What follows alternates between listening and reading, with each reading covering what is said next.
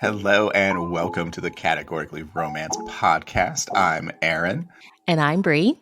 And today we have with us, joining us once again on the podcast, author Lotte James. Thank you for being here with us again. Thank you so much for having me again. I'm so excited for this. Yeah, of course. Share with us how 2022 has treated you. Pretty well. I have to admit it's been a good year. Not only in terms of writing, but getting to see some family I hadn't seen in a long time, and just kind of moving forward. It's been really good, and I hope your guys' 2022 has been as good. Early congratulations. It's not that far away, but The Gentleman of Holly Street, book 3 in your Gentleman of Mystery series is releasing next week. Congratulations. Tell us how you're feeling right now about its upcoming release. Thank you. Definitely feeling excited. I think I will always feel excited when a new book comes out. And kind of a little bit apprehensive, I will admit, and maybe a little bit more than usual, because I think Freddie and Mina's story feels somehow a little bit more personal. And it took a lot to really feel like I'd finished their story properly. So mixed bag of emotions, but definitely excited. Can you share why theirs feels a little bit more personal? I think I allowed myself to kind of explore some of my own personal kind of mental health things in some of the characters. And I think all authors do it to a certain degree, but I definitely was a bit more conscious of it this time around. And it was really therapeutic, which is good. And I hope it kind of helps other people who might be going through similar things. Yeah. So, yeah. Yeah. Is this the final book in the series? And if so, how does it feel to see it come to a close? It sort of is. So It's the final book in the Gentleman of Mystery series. But I will be telling the story of a character who's been in both the Marquess and the Gentleman of Holly Street next year. And I'm hoping to start a new series with that book, which will be related to the Gentleman of Holly Street. So it feels good to close off my Gentleman of Mystery, but also slightly unreal because The Housekeeper only came out about a year and a half ago. And oh gosh, I still I'm so obsessed with that cover for The Housekeeper. Okay, so you share an elevator pitch for the book. Okay, so when Freddie found Philomena in dire circumstances 8 years ago, he never thought he'd found a partner, nor did he imagine he would fall in love. But he has, just as his past returns to haunt him with a vengeance, and Philomena is seeking to build her new life. That's so great. So there you go. That's how you do a pitch. Yeah. Well, the romance between Philomena and Freddie is a friends to lovers romance. As a historical romance author, can you talk about writing this trope set in a historical time period, especially when it was a bit of a stigma for men and women to have a friendship? Yes, actually, I think it's really interesting. And it does take some thought and planning to make it work. If only because you kind of have to naturally, as with any romance, make sure that your characters get proper alone time together. And in ye olden times, that wasn't always possible, depending on kind of especially what your status was in society and what your occupation was. There's all kinds of course, of elements that kind of bleed through into that. But sometimes I think also we have this notion that in the past, the rules of society and of relationships were a lot stricter. And they are to an extent, depending on where and when you were. But I think with all things, that's a very general view, which isn't always correct. And I think in everyday society. So Freddie is a self-made man, and Philomena is very much a working woman. So I would kind of classify them as ye old everyday folk in a way. Mm-hmm. I think you'll find people throughout history just kind of living their lives, and it wasn't always made a big deal of. But of course, people will always gossip and make judgments. And I was very careful to also integrate that into the book. Because I think it's important to obviously recognize that. So yeah, it's the balancing act overall. Do you think it's something that, like, if people in the past could see us, like, do you think, like, we're, like, kinda, like, romanticizing things to an extent, and, like, people from the past would be like, guys, it wasn't that deep." I think to an extent on some things, definitely. I think some people would come back from, 1700s and be like, I would never wear those shoes. What are you thinking? Where did you get Yeah. that? Or, of course I was friends with this woman, or whatever it is. Like, no, we didn't drink horse's hair for a cure for our baldness. But I think, hopefully they would say, oh, well, actually, I did do that. So I think we romanticize a little bit of everything. And I think that's not a bad thing, as long as we recognize when we're doing it and kind of challenge sometimes if we are or aren't. Yeah. If that makes sense. I love I love, like, kind of the everyday characters, like, not everybody was a prince or whatever, like, I just love that glimpse into everyday people's lives. Yes. And I find it's kind of frustrating sometimes when I'm doing research, because those are the people that I'm really interested in, and that I want to hear the stories from. But obviously, because of whatever reasons, their accounts and their histories and their diaries aren't always available for consummation or for study. And you kind of have to fill in the blanks yourself in a way.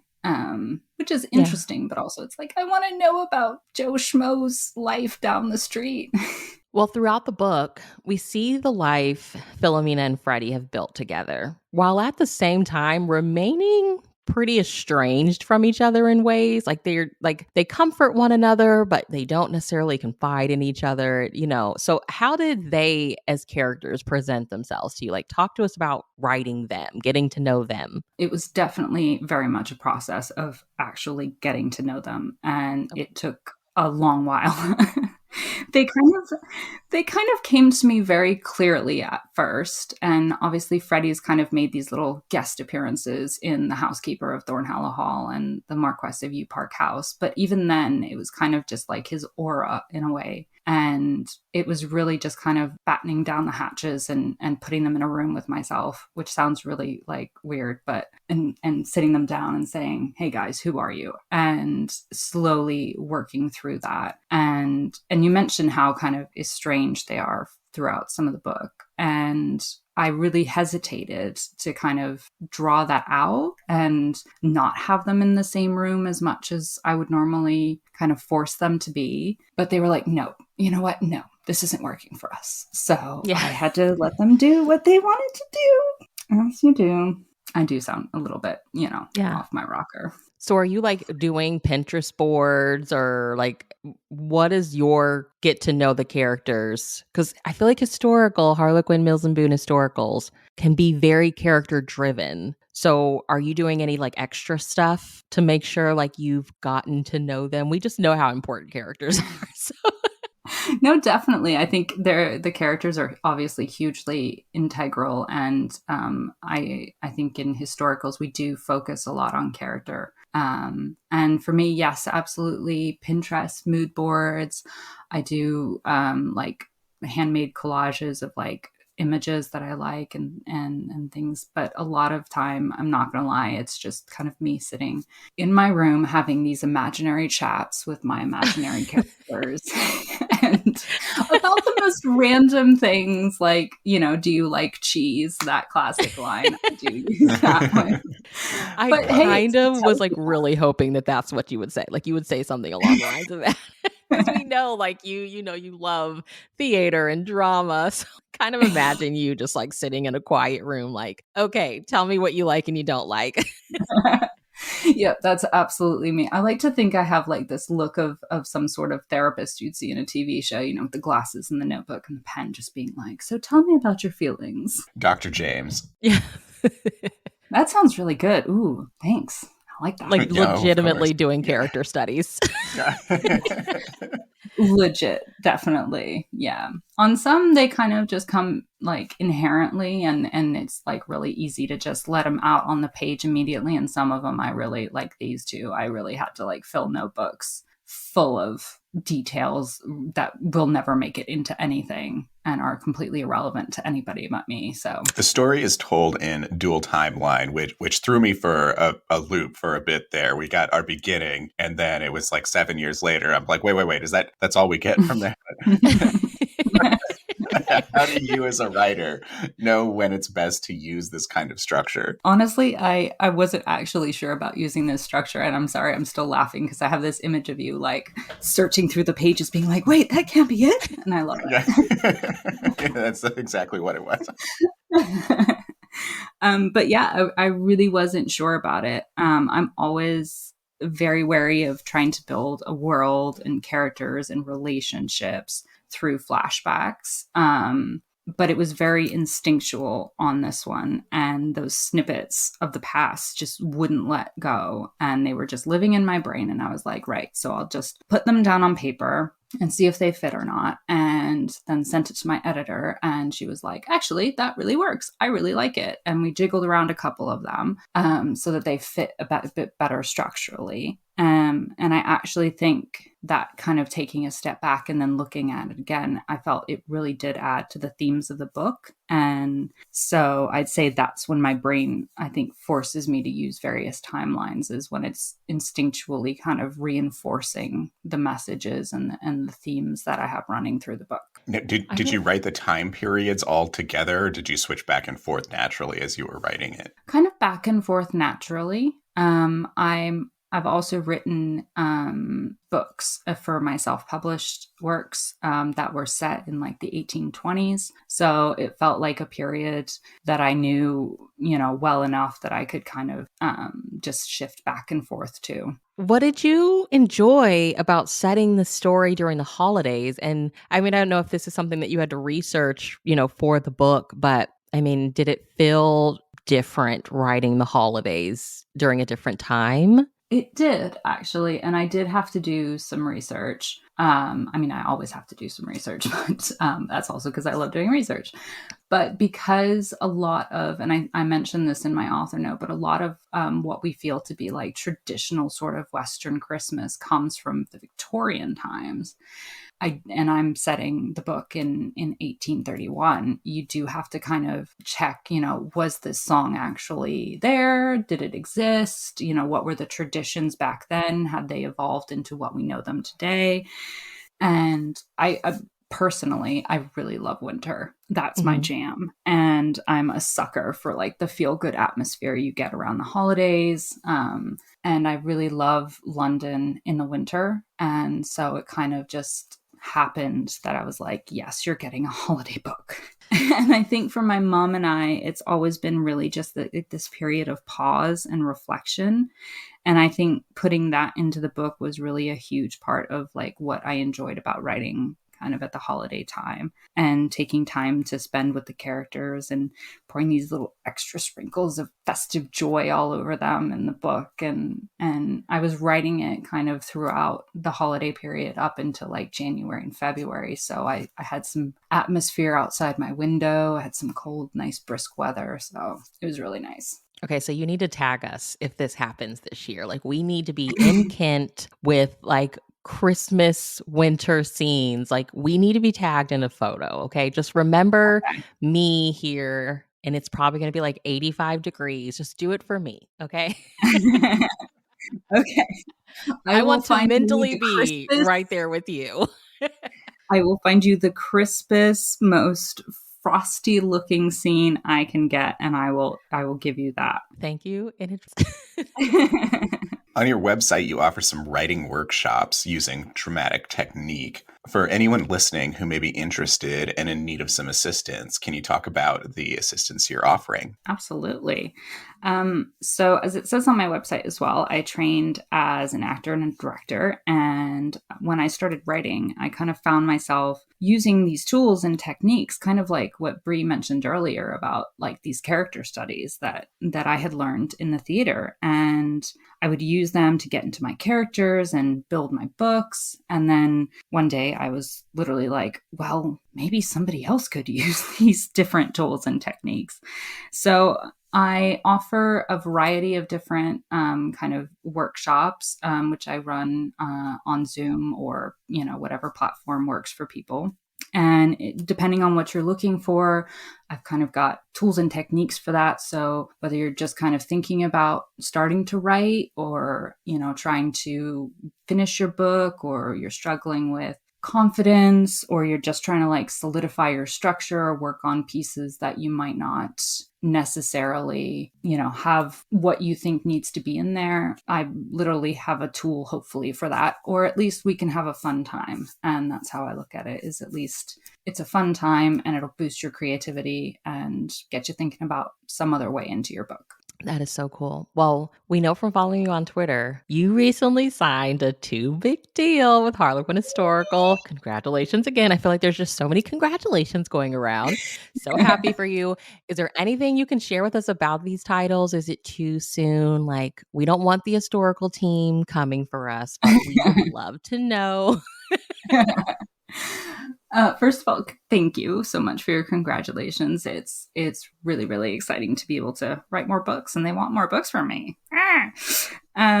So the first book, kind of as I mentioned earlier, is actually going to be one of the characters that we see coming in the Marquess of U Park House, and then in the Gentleman of Holly Street. So for those who have or are going to read the books, Mary, so the Marquess's sister, is going to be getting her own book. It will be a Gothic romance, and this lovely little spinster who's been firmly on the shelf is going to, against her will, fall into a relationship and love, and hopefully find her happy ever after with a very young, very annoying, very dashing young Italian. So that's the first book. So there you go. And then the second one will be set in the world of theater, because obviously, I mean, what more can I say? I just love it. Right. I mean, I can't not. And it will be my first kind of sapphic romance. Yes. And very grumpy sunshine, because I am a grumpy sunshine. Yes. And it's all about this young woman who inherits a theater from her father, and it's indebted, but she loves the people who work there. They're her family. And so she goes out and tries to find this writer who kind of left the theater scene in London, and tries to convince her to write a new play to get the theater back on its feet. So. My God, Erin, we have to read this book. Oh, yeah. I feel like we already want more books set in the theater, and then I get really excited when it's an historical set in the theater, because I have not read many of those. And the fact that it's a sapphic romance too, grumpy sunshine. I mean, can you tell us how that idea came to you? Where did all of that inspiration for that come from? Well, I've been wanting to write a sapphic romance for a while. The opportunity kind of wasn't presenting itself until recently. And so I sat down and I was like, well, what's their story and who are these people? And I was like, well, theater. Somehow a theater just kind of popped up in my brain, and I was like, okay. And I love Grumpy Sunshine, and this kind of form of this one character came to me, and I was like, oh yeah, okay, I see. Yep. Yeah. And it just kind of all these pieces just kind of bumping into place. And I think I'm really excited about it. And I'm so glad to hear that you guys are excited about it as well, because I think it's going to be a really special one. Not that they're all special, but it's going to be really different. And like you say, I don't think there's a lot that I've read that are necessarily quite set in theater. I mean, I've read actress kind of romances and things like that, but this one's really, and I just love the fact that one of the heroines is a writer, writes plays. That just has me so excited. Oh my God. Okay, so is the writer the grumpy one? Which one's the grumpy? How did you guess? Okay. I was like, I hope the sunshine one is the one looking for the grump, looking for the writer that's the grump. Oh, that's so exciting. Okay, we're so excited. So am I. Now that you're excited, I'm extra excited. So do you know when the first one will release? I don't think I have a release date for it, to be honest. I think going by the usual timelines, I don't want to get anybody into trouble, but I'm thinking end of next year, probably beginning of the 2024, and the other one potentially spring, summer 2024. I don't really know what the scheduling is, but just looking at the past, that would be my best guess. We have to chat the holidays since The Gentleman of Holly Street is set during the holidays. Tell us one of your favorite holiday films. Muppet Christmas Carol. There's no hesitation on that one. That is the number one all-time best Christmas movie ever made, in my humble opinion. Yeah. Oh, it's so good. Yeah. I love how seriously Michael Caine takes that role. Like he could have, you know, played it silly or whatever, but he is Ebenezer Scrooge. Yeah. And I think I actually read that in like some trivia or something, that the only reason he agreed to do it was because he basically said, I'm going to play it seriously. And they were like, okay. And so he did it. Yeah. You tell Michael Caine no. Exactly. I mean, so many bops, and also just those little like rats when they're like, this is my island in the sun. If that doesn't win you over, then I don't know who you are. What scent makes you think of this time of the year? Cinnamon, which is also my favorite spice, as it happens. I think it's because it goes into like our traditional sugar cookies and a lot of like that Christmas baking. It's just like Christmas time is cinnamon time. Yeah. I think cinnamon is just kind of synonymous with it, just goes with the holidays so well. And I mean, fall time too, I think just like September through December, it's like cinnamon is just that smell. Share with us a favorite holiday song that never gets old. I think any of the old carols, to be honest, are kind of my big ones. I think the Coventry Carol usually comes on the top of my list, and things like The Holly and the Ivy, which if you've read The Gentleman of Holly Street, you'll understand, and like Ding Dong Merrily on High. They're just so full of joy, and they're just classic, and I cannot hear them enough, even though I kind of rage when they get stuck in my head and then I don't remember the words. But there you go. Have you ever gone caroling or had carolers come by? I have not, and I really want to. I mean, I go to like listen to carol concerts. That's like a big part of what we do. But I've never gone caroling down the streets or had carolers knock on my door. Have you guys? I have never even seen carolers. No, yeah.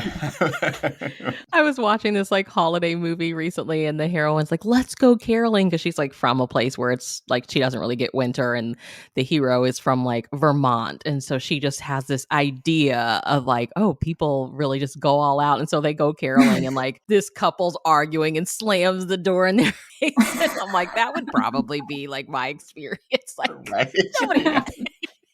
Nobody wants to see this. And my heart would be broken. No, I can see you like persevering and being like, no, the next house. This is going to be the one. The next house, right. I know, I wouldn't know what to do if carolers came by. I'd probably just be looking at my part and be like, do we tip them now or what? It's never happened, Aaron. Do you like chuck a candy cane at them? Do you? Yeah.